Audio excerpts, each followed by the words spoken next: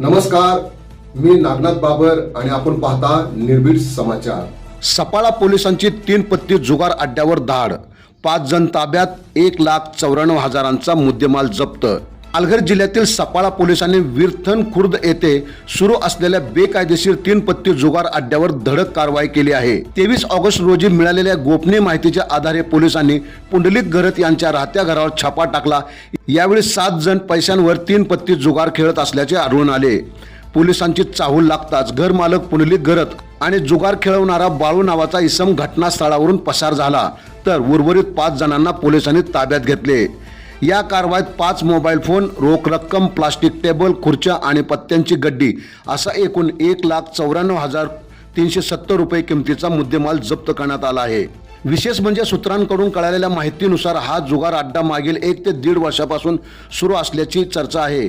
त्यामुळे एवढ्या कालावधीपासून सुरू असलेला हा जुगार अड्डा पोलिसांच्या निदर्शनास आतापर्यंत कसा आला नाही, पोलिसांना याची माहिती का मिळाली नाही, असा सवाल आता उपस्थित होत आहे।